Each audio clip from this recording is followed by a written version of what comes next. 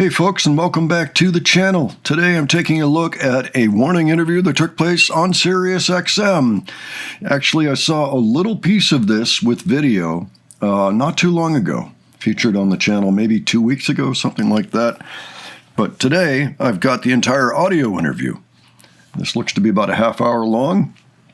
If there's any music, I'm probably going to crop it out since we've already seen the music and we've got it over on the other channel. But we'll see what happens there. So I thought it would be a good idea to go back and just get the rest of the interview since actually a number of people requested it after I featured the video portion. So this is going to be much longer. It has as the interviewers Mark Goodman, a former MTV VJ that we all knew back in the 80s, and Alan Light as well. So both great interviewers. Looking forward to this one. If you're not already subscribed to the channel, just know I'm always looking at non-music content that features bands that are touring today. If that interests you, please subscribe so you won't miss anything. All right, let's go ahead and check this out. A band that we have been talking about for a while, The Warning, has joined us already from home in Mexico. The band formed in Mexico, in Monterrey, by the Villarreal sisters, who are all here with us today. The Warning in studio. We had such a great time talking to you guys on Zoom whenever that was in this weird whenever time. You could tell me anything and said, we got to have you come in. And then finally, after a couple of stops and starts in this touring plan, we got you. Yes, we're here and we're excited to be here. We're excited to have you here. These are real sisters, okay? Yes. They are actually sisters. This is not like the Ramones or something. They're real sisters. And I know it was like Alan was saying, I think it was a couple of years ago that we had you on. Can we run down ages? Do you mind? Updated? Yes, well, I'm Danny. I'm the eldest. I'm 22 now.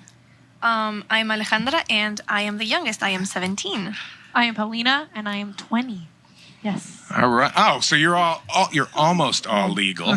Almost. Almost. Inching up. So we know rock and roll is littered with brothers in bands who hate each other. We Brothers. know Oasis, Not sisters. Banks, don't usually work Blood out. Crows, everybody on stage fights all the time, hate each other. So you guys seem to be doing okay.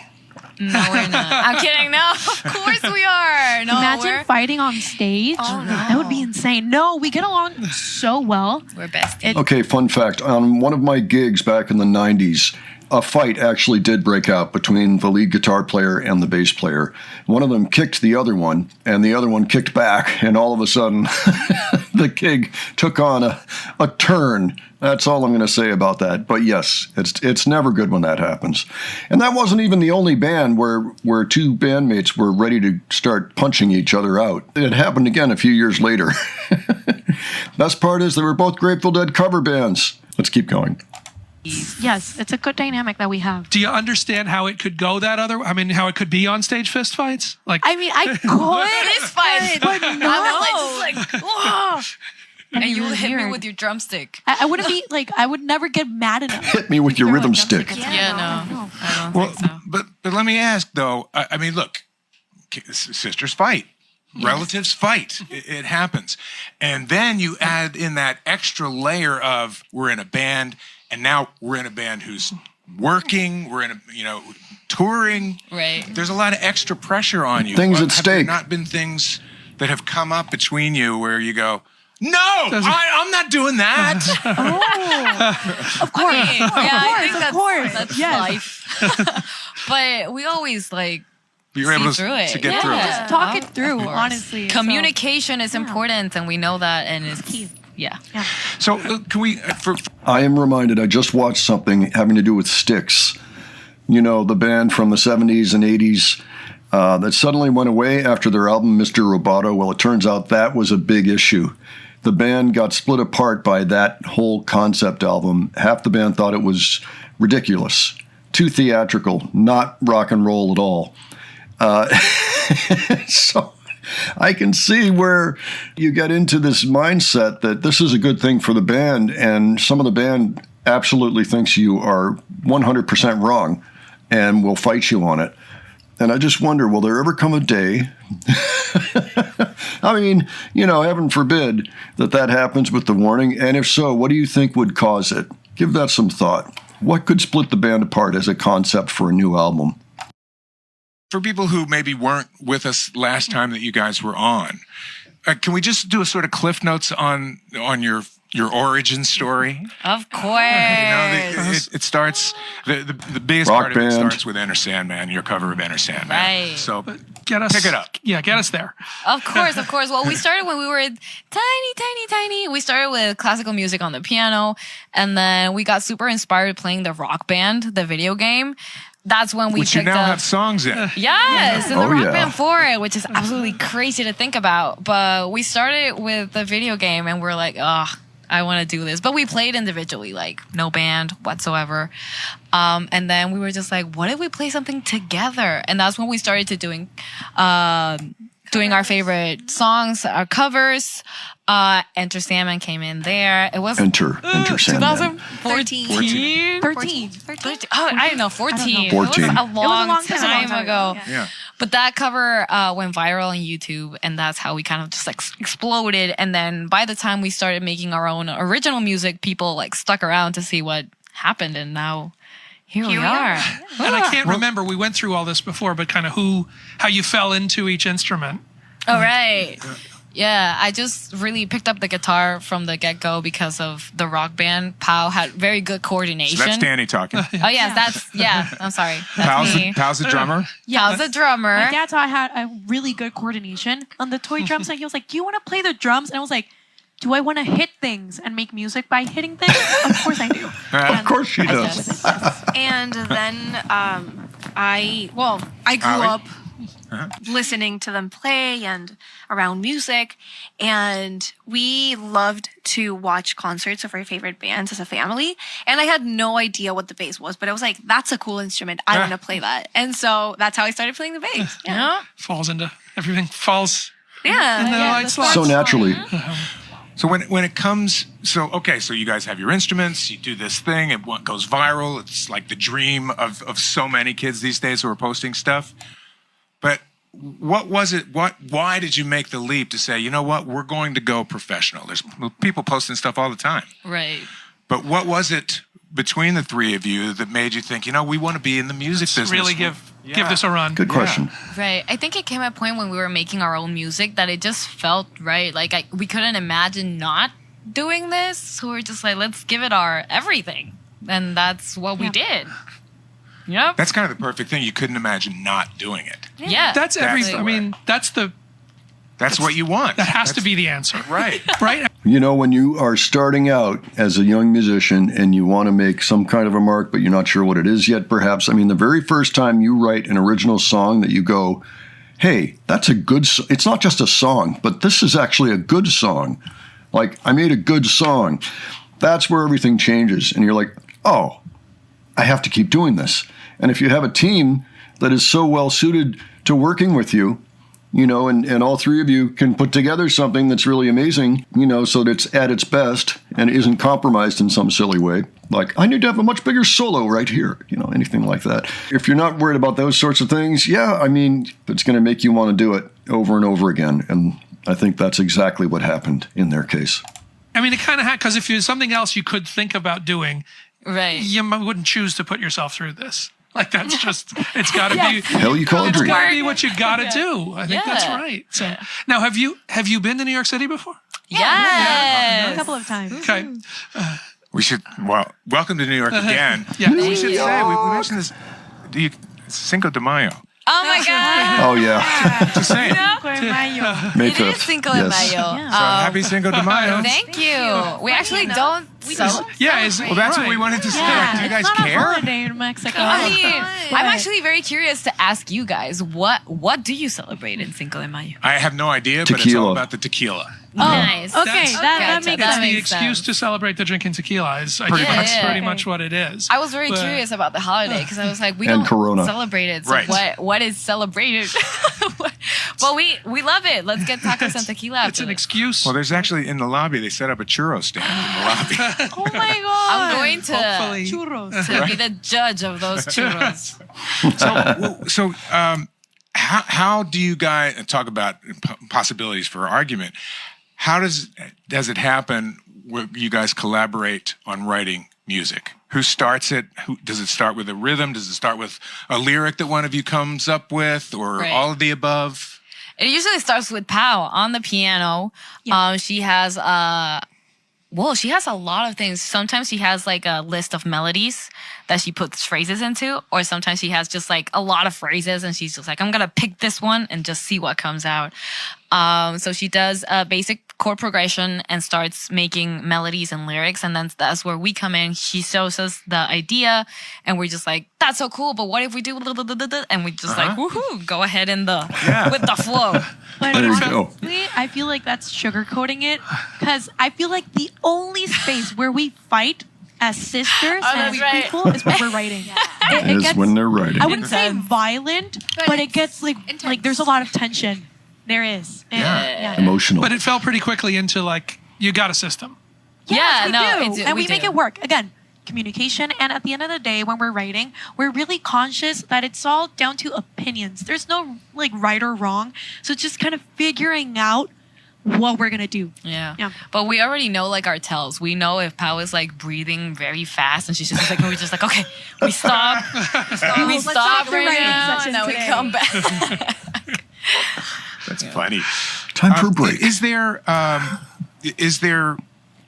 through line to the things that you write about? I know a lot of artists your age and even older, up to 25, 30 years old, are writing about anxiety, loneliness. Oh, yeah. Obviously, relationships. How about murder?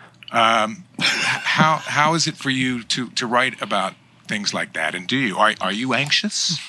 Oh, well, I feel like definitely in this day and age, it's really normal to be anxious. And especially, I feel like after the pandemic, I feel like we're all kind of understanding all these emotions that could be happening. Ourselves a little and bit more. that it can happen to literally anyone. Yeah. And I feel like we, the three of us, are really conscious about mental health, because in the place that we're working in and like the music industry in general, like it's a really tough environment to be in. So I feel like writing these songs and expressing our feelings through this medium is like therapy. Like it's really healing in some way, and to be able to offer kind of like that space where you felt healed to other people, to feel that same kind of like empathy and like understanding.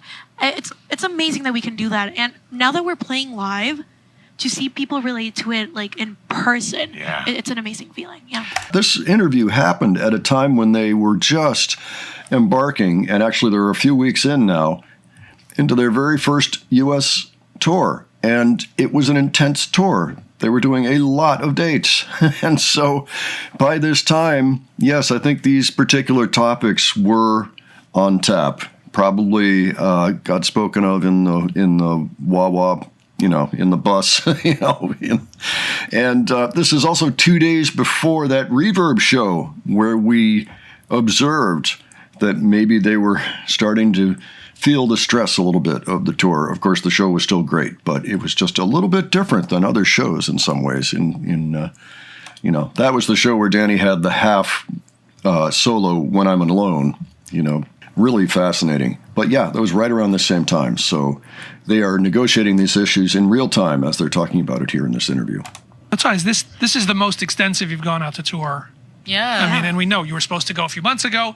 We were supposed to have you in here. That was the got other pushed thing. back. Stop, start. How Stop, is start. it to finally be, let out of the cage and go? It's absolutely amazing. We feel so free. Yes, because we've been yearning for this for 2 years. We already had the whole tour planned, and we rescheduled it like three times. Yeah. But we're super grateful to be able to do it, and that all the people are still coming to the show, even though it's been rescheduled 3 times. Of course they I would are. have been super frustrated, what if I can't make it? But everyone is enjoying the shows. We are enjoying the shows, and we are visiting places we've never been to before. So that is very new for us as well. Kind of to the point Pau was making, that what are you seeing? What are you learning about these songs? Right. Watching people respond to them. Is anything surprising you about, I thought this was going to be the one, they were going to go this way, but here's this other thing, and they're really responding to a thing over here. You've lived with these for so long now. Yeah. What is it once you're seeing what you get back playing them? Well, I feel like the most surprising thing that we've learned live is that we have a couple of songs in Spanish. Yep. And obviously, in the crowds that we're playing to right now, don't necessarily speak Spanish. So to see all these people trying to sing in Spanish as best as they can, it's just such a heartwarming feeling, and you feel like really accepted. And those songs are usually really fun to play because you see people just trying their best to sing along. Yeah. They are fun to sing too, even if you don't speak the language. They are very anthemic. If you don't know them, they are Narcisista and Martirio at this point. They've added a third now, Que Mas Quieres, but check out those first two for sure if you haven't heard them. We won't be doing that. I just want to clue you in. We're going to take a fast break here, and everybody's going to get their guitars and their basses and their drums on. And when we come back, you guys are going to play, and then we'll see. We'll talk some more when, but you'll play as long as you want, and then we'll talk some more. Yeah, we haven't even talked about the fact that your mom is with you on tour. That is correct. And discuss.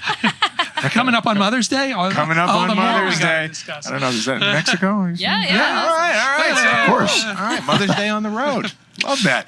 All right, we've got the Warning here in studio with us. Stand by. Fast break. On the other side, a little live music. Be right back. Welcome back. This is Debatable. And as we have promised you, we've been talking about this for a while. Danny, Pal, and Ali are here. The Warning, the band out of Monterrey, Mexico, about to play live for you right here. Anything we need to know going in? Hey, everybody. We are ready to play for you. Our first song is our newest single, Money. We hope you enjoy. Okay, I am going to leave in the cards the entire set list from this day because we've done all of the songs from this particular date. So you'll actually be able to see them live, too. Whoa! Fierce. This is fun. Fierce. Thank you very much. It's fun for them. It's fun for us. Yes, this is our newest single, Money. Yeah. We really like to play this song live. It's another, energy. We love it. And now we're going to play for you our first single, which is called Choke. A little Sabbathy, that one. Is it hard to go full speed middle of the afternoon? Or you headed like that? We got it. You certainly got it. Doesn't mean it's easy. Nice. And we're getting ready for tomorrow. Tomorrow's going to be our show here in New York. So yeah, we're super excited at the Gramercy Theater. Gramercy Theater. Yep. Okay. All right. We're going to bring all the energy in this one. So let's get it. This is Evolve. Once again, the original video link is in the description if you want to actually listen to them as they are heard in this podcast. The video that we have, though, is in stereo and sounds a lot better. On this podcast, it's just mono. So consider that, too.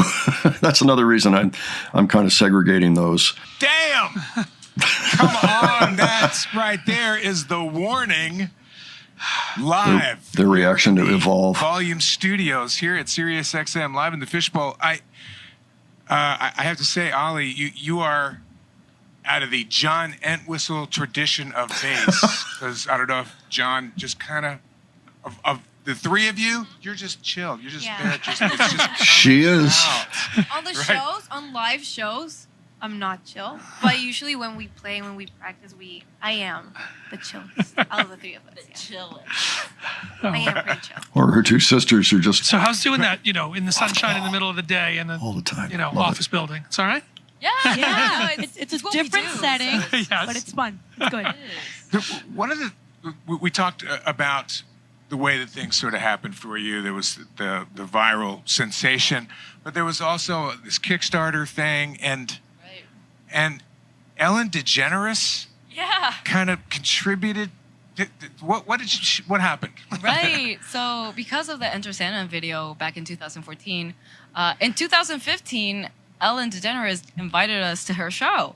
And she was so nice. And she actually gave us a big check for each and every one of us so that we could go to Berklee College of Music in Boston. Class. So we went to that 5-week program in Berklee, and it was very, very cool. Yes, it was so long ago though. It was It's very like long ago, and we Oh, just God, what was that, like? 7 years ago. Oh, it was It was 7 years. Oh, it was that yeah. long ago. No, 7 I was years gonna say, wow, ago. was that Do- 3 years ago? Do the math on the ages. What Fair that enough. gets you to. Oh, I was Yeah. 13 at the time. I was and 15. We just came back from Boston. Like we were in Boston Yeah. a day ago. Yeah. Yes. And it was crazy seeing like everything again. Again. But Oh, now no. 7 years later, I Nice. felt really old. 20 is rough. So we Yeah, on this channel, I have a complete show for that Boston gig that they did at the Brighton Music Hall. I think it was May 3rd, just before this, though. Well worth hearing. And it's a POW cam, too. give you we say choose 3 songs. You play the new song, and then you Yes. play the first song. Yes. What's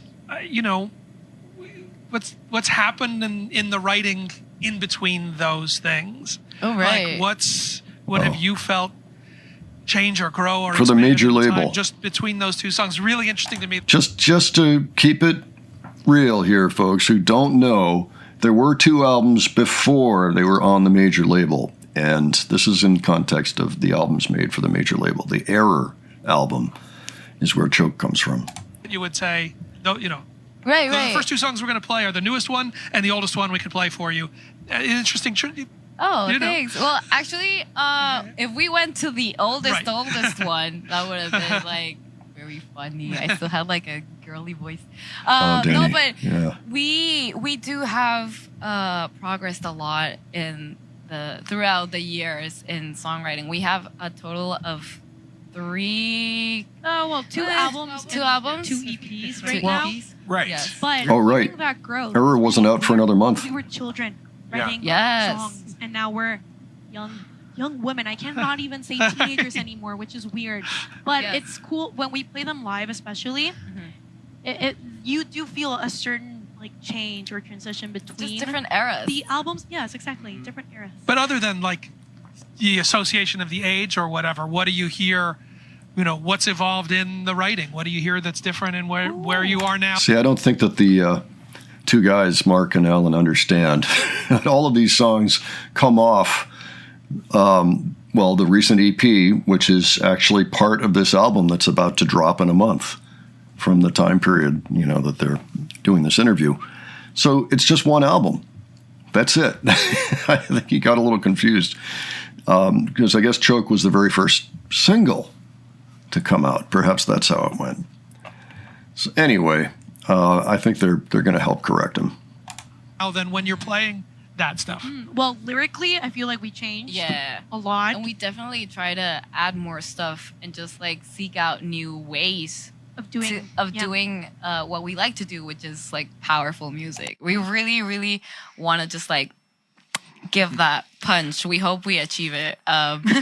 But yes, and also like keeping the same formations. We love to like keep the bass and the drums super tight, but still finding new ways to do to that. do the same thing. Yeah. Yeah.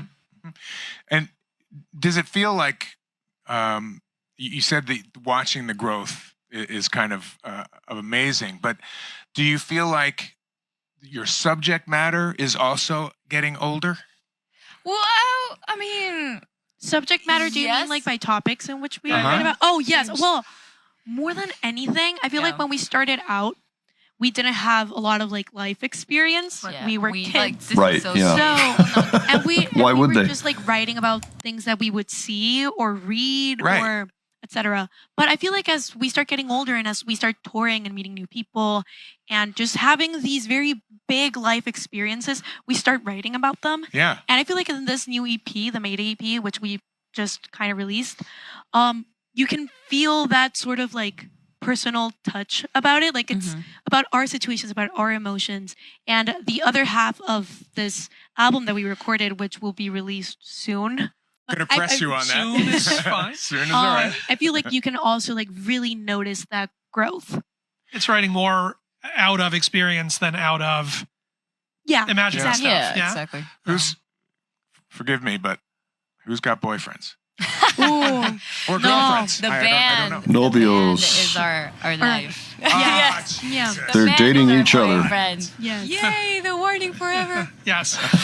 No, we did say your mom is here. Yes. living with Here. you. And when we're saying that, when going to Berkeley when you're 10 years old, going to, like, what's been, how have the parents figured in on this journey? I know that your dad has been a big part of this, and what role have they played for this ride? Both of our parents are super extra mega supportive of our journey, especially in pushing us along when things got hard, because even though we really, really want this as kids, it's also like a lot of hard work to put in, a lot of hours Big of practicing.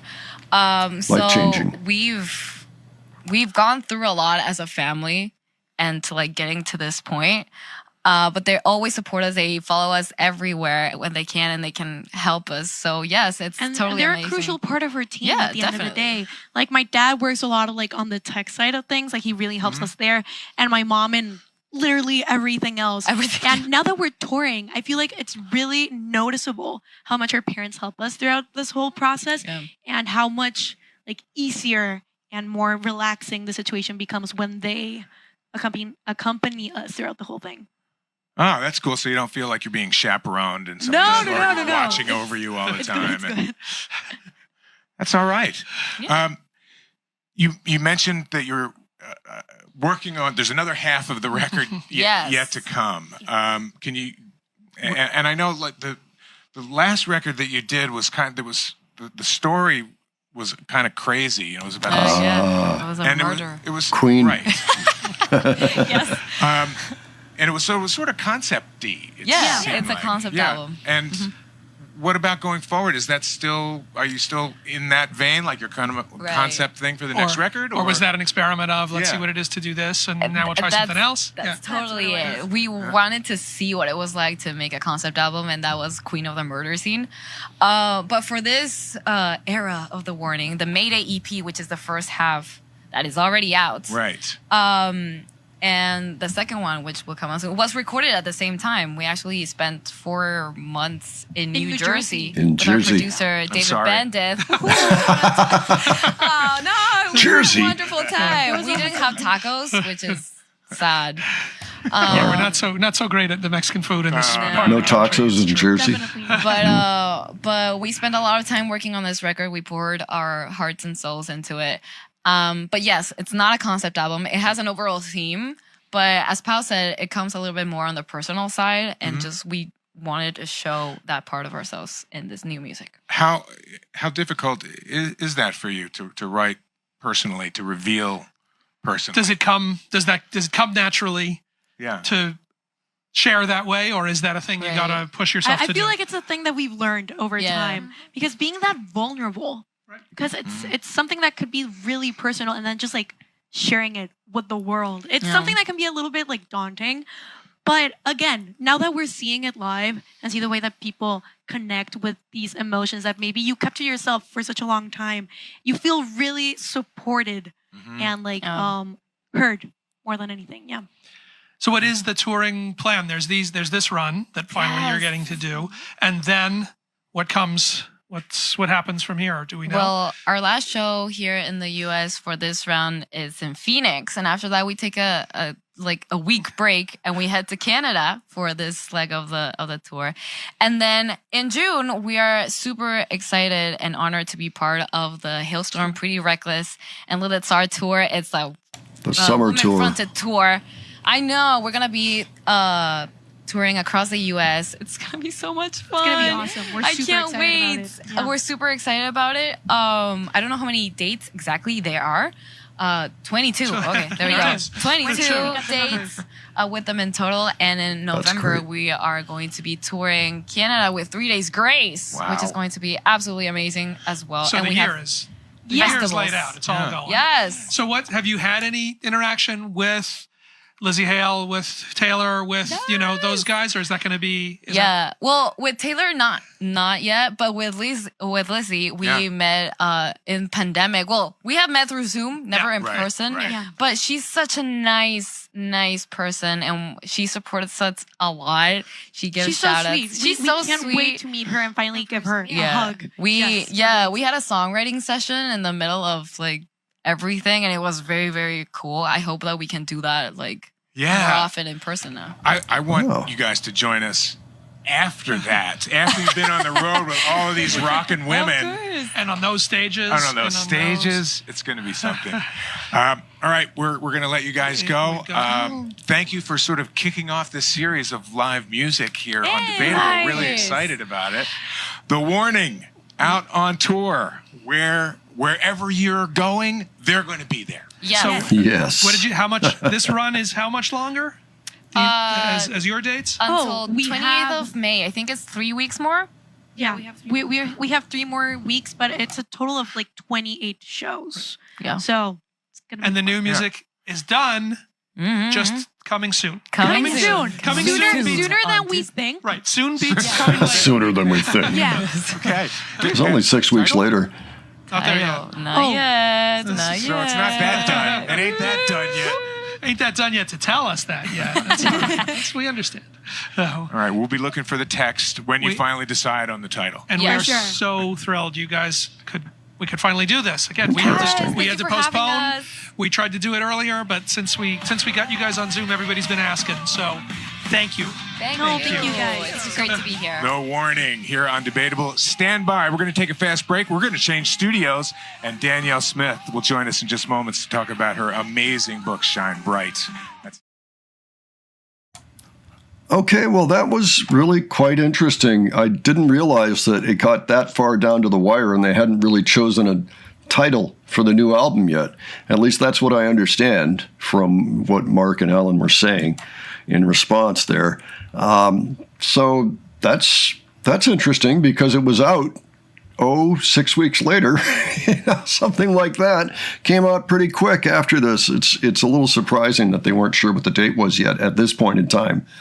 So they must have just been trying to get it out as fast as possible, and it just came down to production and whatever else. I don't know. I mean, you do have to schedule that out to some degree, but I mean, they'd already been trying to promote the thing for 3 years, well, 2 years at this point, and just have their tours keep getting canceled and, things continuing the way they were at that point in time. But this seemed like a very successful trip to the Sirius Fishbowl, where they did more than just those 3 songs, and they've been back ever since. But I will make sure to there's probably a playlist, so I'll probably link up the playlist in the cards for you if you want to check out everything that they played that day. And it was all rock solid and really good sound. They had great sound in the Sirius studio, much better than you would have heard on this podcast. Check that out if you haven't. I'll also leave the video portion, which was about 7 minutes long, that Rudy was filming as kind of a behind the scenes during the interview portion. And maybe I'll put in one of the POW cams. There's 2 shows, I think sound checks, that is. It was sound checks, I'm pretty sure, from that summer tour that they were talking about with Pretty Reckless and Hailstorm and sometimes Lilith Czar as well. Look for those if you enjoyed this. And if you have other suggestions for me, you can leave those below. If you have particular thoughts on things that they talked about in this interview that you think I didn't touch on, leave that as well. Any details you think I missed, or anything you want to talk about a little bit further. And if you enjoyed this video, please give it a like. And if you enjoyed the presentation, please subscribe. All right, thanks so much for joining me today. I will catch you on the next one. Take care, folks.